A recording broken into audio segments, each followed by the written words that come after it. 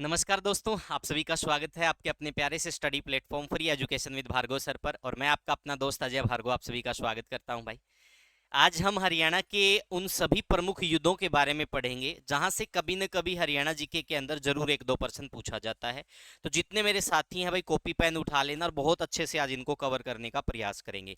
इसके अतिरिक्त भाई मैं सभी को बता देता हूं भाई, हमारा free education with Bhargav sir के नाम से व्हाट्सएप चैनल है, फ्री एजुकेशन विद भार्गव। ठीक है भाई, विद भार्गव सर। तो आप क्या करोगे भाई, इस व्हाट्सएप चैनल को ज्वाइन कर लेना भाई। इसी नाम से हमारा टेलीग्राम चैनल है। इसके अतिरिक्त हमारा जो भाई व्हाट्सएप नंबर रहने वाला है वो क्या रहने वाला है, ये हमारा व्हाट्सएप नंबर रहने वाला है 95 181 98 050। अगर किसी को कोई भी इंक्वायरी लेनी हो, ठीक है, किसी भी एग्जाम से रिलेटेड या फिर कोई पीडीएफ चाहिए या कोई आपको हरियाणा जीके का बैच चाहिए, इस प्रकार की कोई जानकारी लेनी हो तो आप यहाँ पर हमारे साथ जुड़ सकते हैं। ठीक है भाई, तो चलो अभी हम शुरुआत करते हैं और आज हम पढ़ेंगे किस बारे में भाई, हरियाणा के प्रमुख युद्धों के बारे में। तो ध्यान से देखिएगा भाई, अगर आपको हमारा कंटेंट पसंद आता है तो मैं आपसे ये उम्मीद जरूर करूंगा कि आप हमारे इस यूट्यूब चैनल को सब्सक्राइब जरूर करोगे। देखो पहले नंबर पर क्या लिखा हुआ है, महाभारत का युद्ध भाई। आप सभी जानते हो भाई, यहां से बहुत बार प्रश्न पूछे जाते हैं। तो महाभारत का युद्ध कहां पर हुआ था, पहला पॉइंट तो यही आपका बन गया, क्योंकि बहुत बारे ये प्रश्न पूछा गया कि महाभारत का जो युद्ध है ये कहां पर हुआ था। तो ये महाभारत का युद्ध हुआ था भाई हरियाणा की कुरुक्षेत्र भूमि पर। कहाँ हुआ था भाई, हरियाणा के कुरुक्षेत्र नामक स्थान पर। आपसे पूछा जा सकता है किन किन के बीच हुआ, तो ये हुआ था भाई कौरवों और पांडवों के बीच में। किन किन के बीच हुआ था भाई, कौरवों एवं पांडवों के बीच में। तो इस प्रकार के प्रश्न भी आपसे डायरेक्ट पूछे जा सकते हैं भाई, किस किस के बीच हुआ, कौरव और पांडव के बीच में भाई। इसमें जीत किसको हासिल हुई थी, तो इसमें जीत हासिल हुई थी पांडवों को। ठीक है भाई, ये भी हम कह सकते हैं भाई, धर्म की अधर्म के ऊपर जीत थी। तो यहाँ पर कौन जीते थे भाई, पांडव जीते थे। और पांडवों का साथ कौन दे रहा था भाई, इनका साथ दे रहे थे श्री कृष्ण जी। ठीक है भाई, इनका साथ कौन दे रहे थे, श्री कृष्ण जी सारथी के रूप में थे भाई वो। ठीक है, आपसे पूछा जा सकता है। और श्री कृष्ण जी के द्वारा ही यहीं पर कुरुक्षेत्र में क्या दिया गया, कुरुक्षेत्र में एक स्थान है ज्योतिसर। ठीक है भाई, ज्योतिसर में क्या दिया गया भाई, ज्योतिसर में इनके द्वारा क्या दिया गया भाई, गीता का उपदेश दिया गया। क्या दिया गया, गीता का उपदेश। तो ये आपसे पूछा जा सकता है, गीता की, ठीक है भाई, उद्गम स्थली भी पूछ सकते हैं। तो कुरुक्षेत्र या गीता का उपदेश कहाँ दिया गया, ज्योतिसर में। और ज्योतिसर कहाँ पड़ता है, कुरुक्षेत्र में। युद्ध कहाँ हुआ, कुरुक्षेत्र में। किनके बीच, कौरव एवं पांडवों के बीच। जीत किसकी हुई, पांडवों की हुई थी। कब हुआ था भाई, एचएसएससी के अनुसार इसकी जो डेट है भाई, एचएसएससी के अनुसार इसकी डेट क्या मानी गई है, 900 ईसा पूर्व। मैं आपको क्लियर कर देता हूं, एचएसएससी ने इसकी डेट क्या मानी है भाई, 900 ईसा पूर्व इसकी डेट मानी है। यानी कि इस समय पर क्या हुआ था, ये महाभारत का युद्ध हुआ था। लेकिन मैंने आपको भाई हिस्ट्री के अंदर पहले ही बता दिया था कि इन डेट्स को लेकर विभिन्न पुरातत्वविदों के अलग अलग विचार रहने वाले हैं। तो आज हम जानेंगे भाई, जैसे आर्यभट्ट ने इस महाभारत के युद्ध की तिथि क्या मानी है, मैक्स मुलर ने क्या मानी है भाई, बीबी लाल ने क्या मानी है, क्योंकि ये बहुत बेहतरीन विद्वान रहे हैं भाई, पुरातत्वविद रहे हैं। तो इनके बारे में आज हम देखेंगे। तो अगर देखो भाई, महाभारत का युद्ध यानी इस तिथि को लेकर विद्वानों और इतिहासकारों के अलग अलग मत है। अगर हम मैक्स मुलर के अकॉर्डिंग जाते हैं तो ये कब हुआ था भाई, उनके अकॉर्डिंग हुआ था 422 ईसा पूर्व। अगर हम बीबी लाल के अकॉर्डिंग जाते हैं तो कब हुआ था, 836 ईसा पूर्व। अगर हम C H C Ram Chaudhary के अनुसार महाभारत का युद्ध कब हुआ, 900 ईसा पूर्व। और यही डेट क्या मानी भाई, एचएसएससी ने मानी है। इसके अतिरिक्त भाई एफ ई पॉजिटर के अनुसार 956 ईसा पूर्व भाई, बाल गंगाधर तिलक के अनुसार 1400 ईसा पूर्व, एन ए कनिंगम के अनुसार, अलेक्जेंडर कनिंगम के अनुसार 1424 ईसा पूर्व, सीवी वैद के अनुसार 2102 ईसा पूर्व, डी आर भंडारकर के अनुसार 3201 ईसा पूर्व, आर्यभट्ट के अनुसार भाई 3137 ईसा पूर्व। आपको विकिपीडिया पर भी ये आपको देखने को मिल जाएगा भाई। एचएसएससी के पीवाईक्यू के अनुसार ये युद्ध कब हुआ था भाई, 900 ईसा पूर्व। तो मैंने आपको जो भी पॉइंट बन सकते थे यहाँ से वो बता दिए। युद्ध से संबंधित, युद्ध कितने दिन चला था भाई, ये भी आपसे पूछा जा सकता है, कितने दिन युद्ध चला था। तो ये युद्ध चला था 18 दिन भाई। 18 का जो आंकड़ा आप महाभारत में याद कर लेना, चाहे आपसे लगभग लगभग अध्याय के बारे में पूछा जाए कितने दिन चला था, तो इस प्रकार के जब भी फैक्ट पूछे तो 18 का आंकड़ा आपको याद रखना भाई। इसके बाद नेक्स्ट देखेंगे भाई हाँसी का युद्ध। तो हाँसी का युद्ध भाई देखो, हाँसी के अंदर युद्ध या संघर्ष को लेकर दो अलग अलग मत हमें देखने को मिलते हैं। तो कुछ विद्वान मानते हैं कि भाई ये युद्ध अलग समय पर हुआ, ये संघर्ष था, ठीक है। तो यहां पर मैं आपको क्लियर कर देता हूं, हाँसी का जो युद्ध है भाई कब हुआ, 1037 ईसा पूर्व भाई, कब हुआ, सॉरी 1037 ईस्वी में। कब हुआ था भाई, 1037 ईस्वी में। किस किस के बीच हुआ था, मासूद गजनवी भाई, किस किस के बीच हुआ था, ध्यान रख लेना, मासूद गजनवी और कुमारपाल देव के बीच में। तो ये कितने दिन चला था, 12 दिन चला था भाई। और इसमें देखो मासूद गजनवी ने 12 दिन चले इस युद्ध में तोमर शासक कुमारपाल देव को पराजित किया था। तो मैंने आपको कल भी ये प्रश्न करवाया था कि जब भी आपसे पूछा जाए कि गजनवी ने उत्तर पश्चिम प्रांत पर जब आक्रमण किया तो हरियाणा पर किसका अधिकार था, तोमर वंश का अधिकार था। तो वहां से भी इस प्रकार से भी हम इसका संबंध जोड़ सकते हैं, ठीक है भाई। इसके बाद देखेंगे मासूद गजनवी अलग है भाई, ये महमूद गजनवी अलग है, ये नोट कर लेना, कभी ये सोचो कि उसी ने आक्रमण किया था। आगे देखेंगे भाई तराइन का युद्ध। तो मैंने आपको कल की कक्षा में भी बताया था तराइन कहां पर है, तराइन पड़ती है करनाल के अंदर भाई, इसको तरावड़ी भी बोला जाता है, इसका प्राचीन नाम क्या था, आजमाबाद था भाई। तो तराइन का पहला युद्ध कब हुआ था भाई, तराइन का पहला युद्ध हुआ था 1191 ईस्वी में। कब हुआ था भाई, 1191 ईस्वी में। किस किस के बीच हुआ भाई, पृथ्वीराज चौहान तृतीय, पृथ्वीराज चौहान तृतीय, ठीक है भाई। इसके बीच में वर्सेज किसके भाई, मोहम्मद गोरी भाई, वर्सेज किसके हो गया, मोहम्मद गोरी। तो ये वाला फैक्ट आपसे पूछा जा सकता है भाई। इसमें जीत किसकी हुई थी फर्स्ट वाले में भाई, फर्स्ट वाले में जीत किसकी हुई थी भाई, फर्स्ट वाले में जीत हुई थी पृथ्वीराज चौहान की, ठीक है भाई। मोहम्मद गोरी को भाई हरियाणा से राज्यपाल थे, मैंने कल आपको बताया था, गोविंद राय ने घायल कर दिया था, ठीक है। गोविंद राय किसकी तरफ से लड़ रहे थे, पृथ्वीराज चौहान की तरफ से, हरियाणा के राज्यपाल थे, उन्होंने मोहम्मद गोरी को क्या कर दिया था, घायल कर दिया था। और फिर मोहम्मद गौरी को एक खिलजी सरदार ले गया था भगाकर, ठीक है भाई। तो ये कब हुआ, 1191 ईस्वी में। तो जीत किसकी हुई इसमें भाई, पृथ्वीराज चौहान की। ये वाला फैक्ट आपका निकल के आ गया। पहला युद्ध हमारा समाप्त हो गया भाई, मोहम्मद गोरी बच गया। अब मोहम्मद गोरी दोबारा आता है भाई, दोबारा क्या होता है, तराइन का दूसरा युद्ध होता है। और ये कब होता है, इसमें डेट क्या हो जाएगी, 1192 ईस्वी भाई, ठीक है। ये कब हुआ भाई, ये 1192 ईस्वी में हुआ। किस किस के बीच हुआ भाई, पृथ्वीराज चौहान तृतीय, पृथ्वीराज चौहान तृतीय वर्सेज मोहम्मद गोरी, ठीक है भाई। किस किस के बीच हुआ, पृथ्वीराज चौहान तृतीय वर्सेज मोहम्मद गोरी भाई। अब की बार क्या होता भाई, अब की बार मैं आप लोगों को बता देता हूं, यहाँ कुछ फैक्ट जो हमें जानने जरूरी हैं। पृथ्वीराज चौहान तृतीय आप सभी को पता है भाई, संयोगिता का क्या ले जाता, अपने साथ ले जाता है, और संयोगिता क्या थी, जयचंद की पुत्री थी।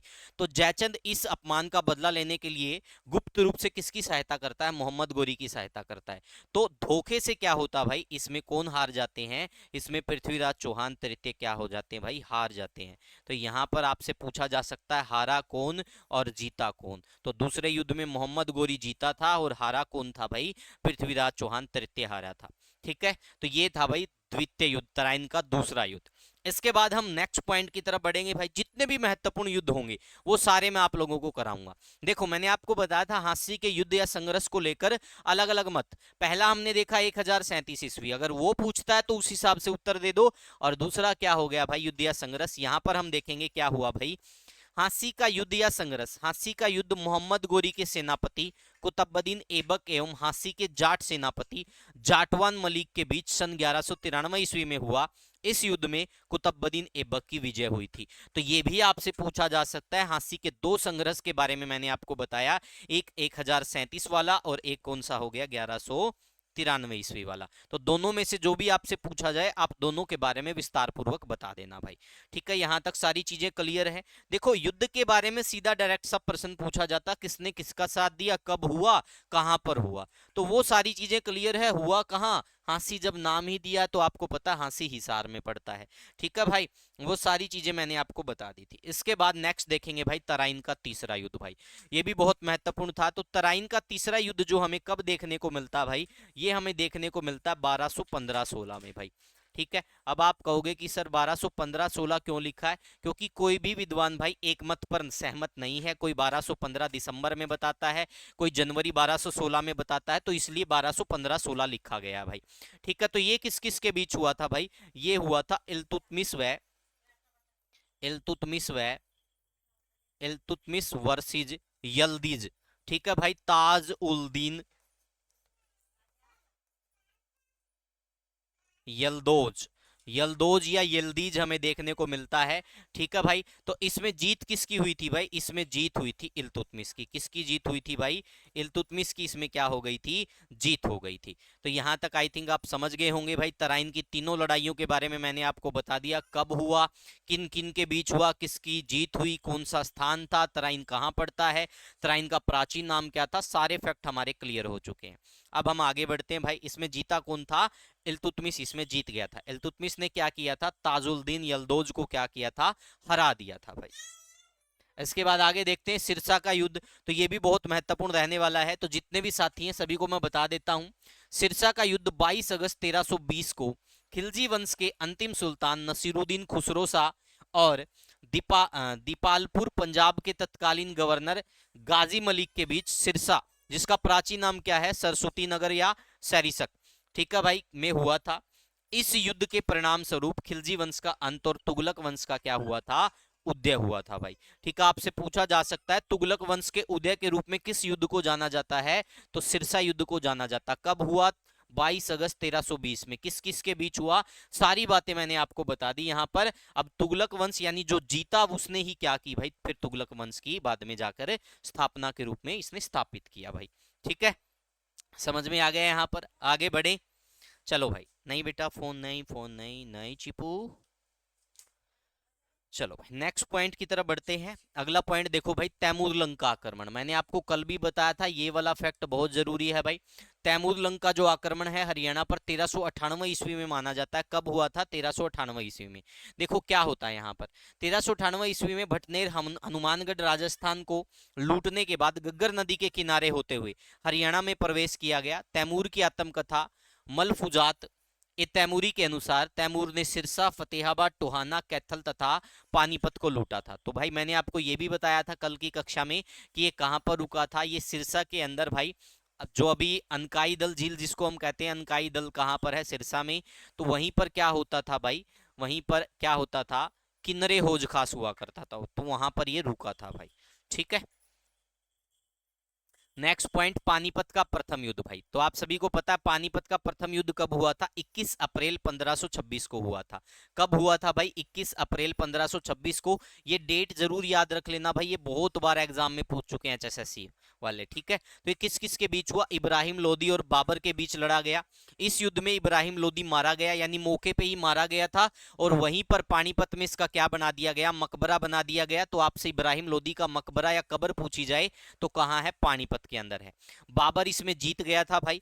इस युद्ध में बाबर की तरफ से मारा जाने वाला योद्धा संधार था। ठीक है भाई, पानीपत के इस युद्ध में बाबर की विजय का प्रमुख कारण बाबर द्वारा तोपखानों तथा तुगलमा युद्ध पद्धति का प्रयोग था। बाबर के दो तोपची थे, अली और मुस्तफा। ये बहुत बार पूछते हैं भाई। एक पूछा जाता किस युद्ध में तोपों का प्रयोग हुआ था, किस युद्ध में तुगलमा पद्धति का प्रयोग हुआ था? तो पानीपत के प्रथम युद्ध में भाई। ये सारी चीजें आप लोगों को याद रखनी है भाई। कब हुआ? 21 अप्रैल 1526 को। जीता कौन भाई? बाबर जीता। हारा कौन? लोदी। और लोदी यहीं पर मारा गया और इसकी यहीं पर कब्र बना दी गई, यानी कि यहीं पर इसकी क्या देखने को मिलता है हमें? मकबरा। देखो ये है इब्राहिम लोदी का मकबरा। तो ये कहां पर होगा भाई? तो ये कहां पर होगा? पानीपत के अंदर होगा। तो जितने भी मेरे साथी हैं, बहुत महत्वपूर्ण पर्सन है। ये हो गया भाई, देखो इब्राहिम लोदी टॉम्ब, यानी इब्राहिम लोदी का मकबरा, ये पानीपत के अंदर है भाई। उसके बाद देखेंगे भाई इब्राहिम लोदी की कब्र के बारे में। ये ऑफिशियल साइट से लिए गए सारे की सारी डिटेल है भाई, इसको बड़े ध्यान से पढ़ लो। देखो इब्राहिम खान लोदी की कब्र पानीपत नगर समिति द्वारा बनाए रखा एक पार्क में स्थित है। कब्र तहसील कार्यालय के पास स्थित है। सूफी संत बू अली शाह दरगाह के करीब है। 21 अप्रैल 1526 को मुगल सम्राट बाबर के खिलाफ लड़ाई में पानीपत की पहली लड़ाई के दौरान उन्हें हराया और मार दिया भाई बाबर ने। अब उस जगह पर खड़ा एक उच्च डबल सीढ़ी वाला प्लेटफॉर्म पर एक आयताकार खुला कब्र है, जो दो चरणों में लखोरी ईंटों में निर्मित पक्ष एवं कब्र दिल्ली के अंतिम सुल्तान इब्राहिम लोदी के अंतिम विश्राम स्थान का प्रतीक है। कब्र के एक शिलालेख कब्र के पास घोषित करता है 1867 ईस्वी में जिला प्रशासन द्वारा ब्रिटिश शासन के दौरान इस कब्र का पुनर्निर्माण किया गया।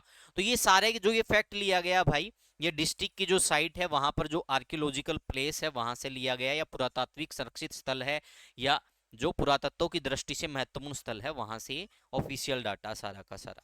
उसके बाद देखेंगे पानीपत का दूसरा युद्ध भाई, ये भी बहुत महत्वपूर्ण है। ये 5 नवंबर 1556 को हुआ। कब हुआ भाई? 5 नवंबर 1556 को हुआ। ये युद्ध अकबर और हेमू के बीच हुआ था, हेमचंद्र विक्रमादित्य। लेकिन इसमें क्या था भाई, इस युद्ध में अकबर की जो नेतृत्व किया था अकबर की सेना का, वो अकबर का संरक्षक होता था बैरम खां, उसने किया था। और इसमें क्या होता है, इस युद्ध में एक तीर जो है वो गलती से, या फिर एक प्रकार से कह सकते हैं हेमू की किस्मत खराब थी, इनकी आंख में आ लगता है और ये गिर जाते हैं। और इसके बाद इनकी पूरी सेना क्या हो जाती है भाई, हताश हो जाती है और आत्मसमर्पण कर देती है। ठीक है भाई, तो इसमें किसकी हार हुई? हेमू की हार हुई थी। जीत किसकी हुई थी? अकबर की। अकबर के संरक्षक का नाम क्या था? बैरम खां था भाई। कब हुआ? 5 नवंबर 1556 को। कहां हुआ? पानीपत में हुआ था भाई। ठीक है, नेक्स्ट देखेंगे भाई तिलपत का पहला युद्ध। अब सबसे पहला पॉइंट क्या बनता कि तिलपत है कहां? तो तिलपत पड़ता है फरीदाबाद के अंदर भाई। आपसे पूछा जा सकता है तिलपत कहां है, तो तिलपत पड़ता है फरीदाबाद में। ये ऐसे ऐसे फैक्ट बहुत बार एग्जाम में पूछे जाते हैं भाई। ठीक है, तो तिलपत कहां पड़ता है? फरीदाबाद के अंदर पड़ता है। देखो तिलपत का प्रथम युद्ध भाई, यह युद्ध दिसंबर 1669 ईस्वी में भाई, ठीक है, औरंगजेब की सेना और गोकुल जाट की किसान सेना के बीच हुआ।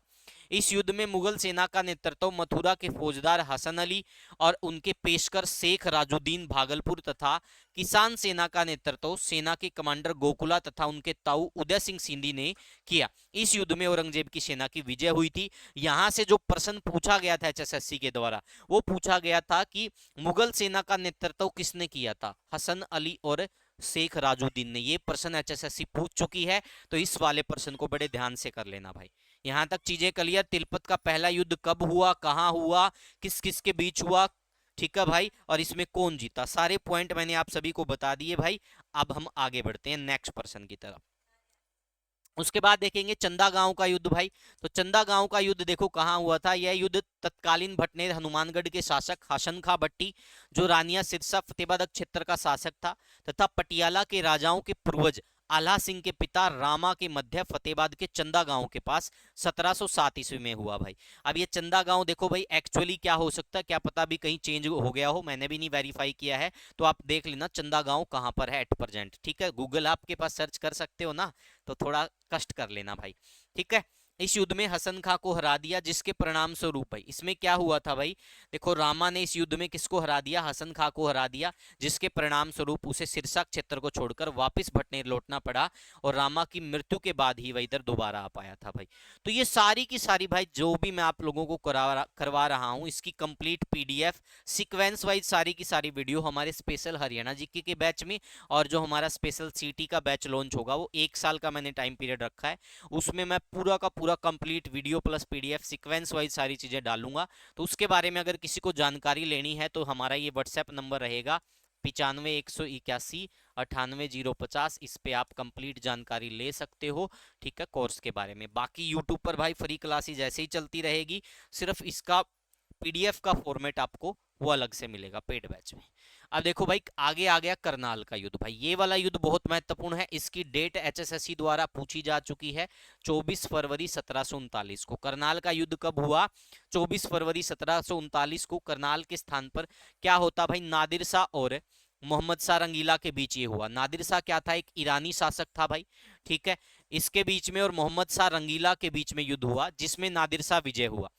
इस युद्ध में रेवाड़ी राज्य के तत्कालिक शासक राव बाल किशन ने मुगल सेना की ओर से लड़ते हुए वीरगति को प्राप्त किया। तो आपसे पूछा जा सकता भाई, इस मोहम्मद शाह रंगीला का साथ किसने दिया? तो इस मोहम्मद शाह रंगीला का साथ किसने दिया था भाई? बाल किशन ने दिया था, राव बाल किशन ने। बहुत इंपॉर्टेंट पर्सन है भाई। इसका साथ किसने दिया था? मोहम्मद शाह रंगीला का साथ। तो इस मोहम्मद शाह रंगीला का साथ किसने दिया भाई? राव बाल किशन ने दिया था भाई। क्योंकि ये हो गया मुगल, तो ये ईरानी शासक था भाई नादिर शाह। तो नादिर शाह और मोहम्मद शाह रंगीला के बीच हुआ भाई। कब हुआ? 24 फरवरी 1739 को। कहां? करनाल में भाई। और इसमें मुगल शासक मोहम्मद शाह रंगीला का साथ किसने दिया? राव बाल किशन ने, और वीरगति को प्राप्त हुआ भाई। इसमें जीत किसकी हुई? नादिर शाह की हुई भाई। और नादिर शाह अपने साथ कोहिनूर हीरा और मयूर सिंहासन ले गया भाई। तो बहुत महत्वपूर्ण युद्ध है, क्योंकि कोहिनूर हीरा कोई छोटी बात नहीं थी भाई। ये मयूर सिंहासन के ऊपर ये कोहिनूर हीरा जड़ा हुआ था। ठीक है भाई, तो आगे बढ़े अगले प्रश्न की तरफ। चलो, पानीपत का तीसरा युद्ध भाई, ये पानीपत की तीसरी लड़ाई के बारे में मैं आप लोगों को बता देता हूं भाई। पानीपत का जो तीसरा युद्ध है भाई, ये 14 जनवरी 1761 को हुआ था भाई। ये कब हुआ था? 14 जनवरी 1761 को। तो ये आपसे पूछा जा सकता है, देखो भाई 1761, यहां पर मैं लिख देता हूं 14 जनवरी 1761 भाई। पानीपत की तीसरी लड़ाई में अफगान आक्रमणकारी अहमद शाह अब्दाली भाई और पुणे के सदाशिवराव भाऊ पेशवा के तहत मराठाओं के बीच लड़ा गया। तो आपसे पूछा जा सकता किस किस के बीच हुआ था? तो सदाशिव राव भाऊ और अहमद शाह अब्दाली के बीच हुआ भाई। ठीक है भाई। तो इस लड़ाई में क्या होता भाई? इस लड़ाई में मराठाओं की क्या होती? हार होती है। इस युद्ध में एक नई शक्ति को जन्म दिया भाई। भारत में अंग्रेजों की विजय के रास्ते खोल दिए थे। प्रसिद्ध उर्दू शायर मौलाना हाली का जन्म भी पानीपत में हुआ, ये आपको पता ही है। तो पानीपत की थर्ड बैटल कब हुई? 14 जनवरी 1761 को हुई थी। पानीपत की थर्ड बैटल कब हुई थी भाई? 14 जनवरी 1761 को हुई थी। तो जितने भी मेरे साथी है भाई, एक बार सेशन को शेयर करना चाहते हैं तो शेयर भी कर देना, अपने अपने व्हाट्सएप स्टेटस पर लगा देना। और साथ के साथ आप क्या करोगे भाई? साथ के साथ आप इसको अपने अपने जितने भी स्टडी ग्रुप है वहां पर शेयर कर दोगे भाई। ठीक है। तो इस पानीपत की जो तीसरी लड़ाई हुई थी, इसमें क्या था भाई? इसमें माना जाता है मराठाओं की बहुत बड़ी सेना हुआ करती थी। लगभग 70 से 75 हजार सैनिक थे और उनकी क्या हो गई थी भाई? उनकी मृत्यु हो गई थी इस युद्ध के दौरान। तो वो आप लोगों को मैं दिखा देता हूं। एक स्थान है ये पानीपत के अंदर, काला अम्ब भाई। ये बहुत बार एग्जाम में पूछा जाता है, काला अम्ब। तो काला अम्ब नामक स्थल कहां पर है भाई? काला अम्ब पार्क पूछ लेंगे, काला अम्ब स्थान पूछ लेंगे। तो ये पानीपत की तीसरी लड़ाई से संबंधित है। किससे संबंधित है? पानीपत की तीसरी लड़ाई से, थर्ड वॉर से। ठीक है भाई। पानीपत की तीसरी लड़ाई या थर्ड बैटल से ये क्या है? संबंधित है भाई। ठीक है, समझ में आ गया। यहां पे मैं लिख देता हूं तीसरी लड़ाई भाई, तीसरी लड़ाई। तो बहुत ही इंपॉर्टेंट प्रश्न था भाई ये। ठीक है, पानीपत की तीसरी लड़ाई से संबंधित स्थल कौन सा? कालाम। इसके बारे में क्या बताते हैं भाई? जो कालाम नामक स्थान था, यहाँ पर एक जनश्रुति जुड़ी हुई है, जन अवधारणा है, जिसके तहत बताया गया कि यहाँ पर जो ये पेड़ था एक आम का भाई, और यहाँ पर इतना रक्तपात हुआ था कि उस पेड़ की जड़ के अंदर खून चला गया और पूरा पेड़ काला पड़ गया भाई। तो इसके बारे में यहाँ पर बता रखा, देखो पार्क के कोने में एक लाल ओबेलिस्क है। इस स्थान का प्रतीक है जहां मराठा कमांडर सदाशिवराव भाऊ युद्ध में गिर गए थे। पुरानी कथा और स्थानीय परंपरा बताती कि स्थान पर एक काली आम का पेड़ खड़ा है भाई, और इस वृक्ष के नीचे था भाऊ ने अपनी आखिरी क्रिया का सामना किया था भाई। काली आम का पेड़ अब मौजूद नहीं है, लेकिन इसे पार्क ने अपने नाम से पारित किया गया, यानी अब ये काला अम्ब पार्क नाम से फेमस है भाई। ये कहाँ है? पानीपत में। अब देखो इसकी थोड़ी और डिटेल में आपको बता देता हूँ, ये सारी चीजें आप लोगों के सामने है। पानीपत से महज 4 किलोमीटर की दूरी पर काला आम युद्ध स्मारक बनाया गया है। इस जगह का नाम काला आम पड़ने का जो इतिहास बहुत खास है। 1761 में अहमद शाह अब्दाली और मराठों के बीच तीसरा युद्ध लड़ा गया, तो वो इसी स्थान पर लड़ा गया था। अब यहाँ पर एक युद्ध स्मारक बनी हुई है। तो आपसे पूछा जा सकता है पानीपत की तीसरी लड़ाई से संबंधित युद्ध स्मारक कहाँ बना है? कालाम में भाई। ठीक है। वहां पर एक विशालकाय आम का पेड़ हुआ करता था। इतिहासकारों की माने तो यहाँ पर अहमद शाह अब्दाली और मराठों के बीच युद्ध हुआ, तो लगभग 75 हजार सैनिक इस युद्ध में मारे गए, और इस युद्ध में मारे गए सैनिकों का रक्त भी यहाँ इकट्ठा होता चला गया। इस पेड़ की जड़ों में जब इनका खून इकट्ठा हुआ, तो इस पेड़ पर लगने वाले फल भी काले पड़ गए और इसकी लकड़ियां तक भी काली हो गई थी। तो देखो कितना बुरा इतिहास जुड़ा हुआ भाई, इतने लोगों का रक्तपात होता था। तो अभी भी जो युद्ध की जो प्रक्रियाएं हैं, जो आपस में आपने देखा होगा न्यूज चैनलों में चलता रहता, उसने उस पर अटैक किया। तो इस युद्ध को विराम देना क्यों जरूरी है? क्योंकि इसमें जान माल की हानि बहुत ज्यादा होती है भाई। ठीक है, तो शांति प्रिय बनो भाई। आगे देखते हैं तिलपत का युद्ध भाई, तिलपत का दूसरा युद्ध। वैसे मैं आपको बता देता हूँ, ये तिलपत की दूसरी लड़ाई भाई, एक छोटा संघर्ष था भाई। तिलपत का द्वितीय युद्ध, तिलपत आपको पता फरीदाबाद में है। यह युद्ध भरतपुर के राजा जवाहर सिंह और अहमद शाह अब्दाली के शासन प्रतिनिधि नवाब नजीब खां रोहिला उर्फ नजीबुद्दौला के बीच तिलपत गांव और यमुना नदी के मध्य में 15 नवंबर 1764 को हुआ। इस युद्ध में राजा जवाहर सिंह की जीत हुई थी। राजा जवाहर सिंह को भाई जीत गया था, लेकिन क्या हुआ था भाई? राजा जवाहर सिंह के कुछ सामंत थे, उन्होंने विश्वासघात किया, और इस कारण से क्या देखने को मिलता है? वो पूर्ण रूप से नहीं जीत पाया था। सिर्फ उसने जीत तो हासिल कर ली थी, लेकिन वो कहीं कोई अधिकार नहीं कर पाया था। लेकिन ऐसा बताते हैं, जब हम राजस्थान की हिस्ट्री पढ़ते हैं, तो दिल्ली से जवाहर सिंह क्या लेकर आया था भाई? जो लाल किले के जो दरवाजे हुआ करते थे भाई, वो अपनी जीत के स्वरूप वो वहां से ले आया था, ऐसा बताया जाता है। ठीक है भाई, जो राजस्थान की हिस्ट्री हम पढ़ते हैं, क्योंकि आपको पता ही है भाई राजा जवाहर सिंह तो राजस्थान की हिस्ट्री से ही इनकी डिटेल मिलेगी हमें ज्यादातर। तो ये हो गया सारी की सारी डिटेल। उसके बाद भाई बेगरान का युद्ध। यह युद्ध भट्टिया और पटियाला के राजा के मध्य 1774 ईस्वी में फतेहाबाद क्षेत्र में हुआ। भट्टी शासक मोहम्मद अमीन खां के सैनिकों ने पटियाला की सेना के प्रमुख अधिकारी सरदार नत्था सिंह कालका को मार गिराया भाई। ये था बेगरान का युद्ध। कब हुआ? 1774 में। ये भी पूछा जा चुका है एचएसएससी द्वारा। उसके बाद भाड़ावास का युद्ध भाई। यह युद्ध भाड़ावास गांव रेवाड़ी में 12 मार्च 1789 को दिल्ली के सम्राट शाह आलम द्वितीय और उसके बागी अधिकारी नजफ कुली खां के बीच हुआ था भाई।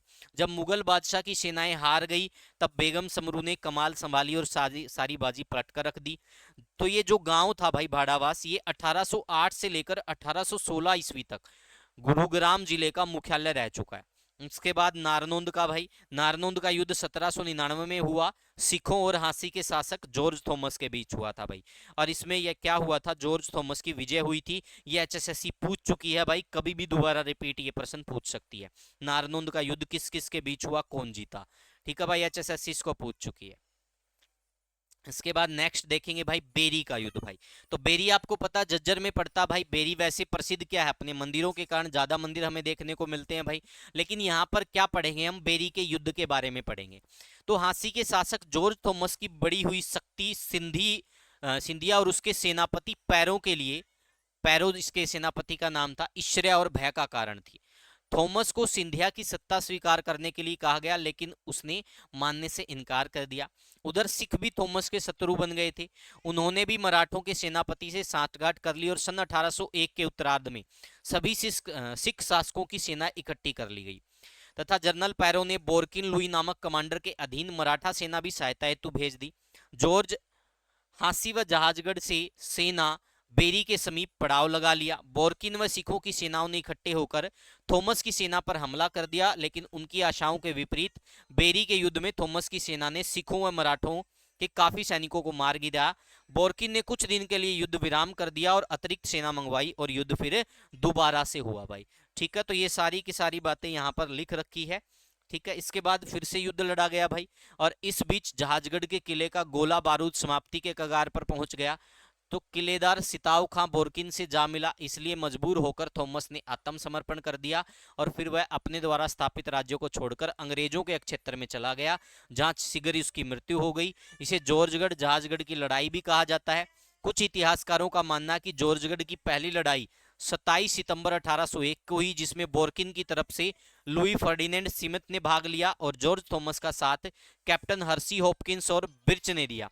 इसमें लुई फर्डिनेंड स्मिथ की हार हुई, वो चला गया। इसके बाद जॉर्जगढ़ की दूसरी लड़ाई 29 सितंबर 1801 को हुई, जो बोरकिन और थॉमस के मध्य हुई और अनिर्णायक रही भाई। तो ये आपको पीडीएफ फॉर्मेट में मिल जाएगा भाई। इस युद्ध के बारे में कोई स्थिति स्पष्ट नहीं हो पाती, लेकिन आत्मसमर्पण आखिरी में किसने किया था? जॉर्ज थॉमस ने किया था। तो भाई ये थे जितने भी हरियाणा के अंदर हुए युद्ध। तो जिस भी साथी को हमारी क्लासेस पसंद आती है, हमारे यूट्यूब चैनल को सब्सक्राइब कर लेना। साथ ही साथ जो हमारे साथ जुड़ना चाहता है किसी भी बैच में भाई, किसी भी तरीके से स्टडी करना चाहता है, हमारा व्हाट्सएप नंबर क्या रहेगा? 95 181 98 050 भाई। ठीक है, तो ये हमारा व्हाट्सएप नंबर रहेगा। जितनी आपकी हेल्प हो सकेंगे उतनी आपकी हेल्प करेंगे भाई। बने रहिएगा हमारे साथ। Thank you, take care, bye bye. आज के लिए इतना ही। ये थे हरियाणा के सारे प्रमुख युद्ध, और यहाँ से आपको एक प्रश्न जरूर देखने को मिल जाता है विभिन्न प्रकार की हरियाणा की परीक्षाओं में।